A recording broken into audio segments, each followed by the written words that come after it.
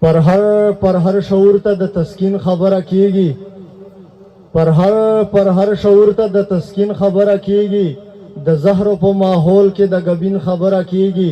محمد شیرخیل.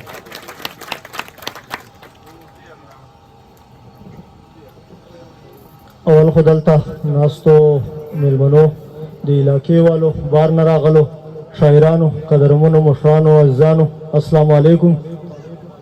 فرمان علي انګار صاحب ته په دومره ښکلي پروګرام جوړولو باندې داد ورکو. د علاقې چې څومره خلک دي چې چا په دې پروګرام چې مرسته ورسره کړې ده هغو ډېره مهرباني. علاقې دپاره دغسې یو ښکلی پروګرام د خوښي ذریعه خوند کوي.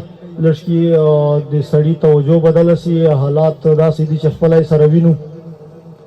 ټیم نه ضایع کوم.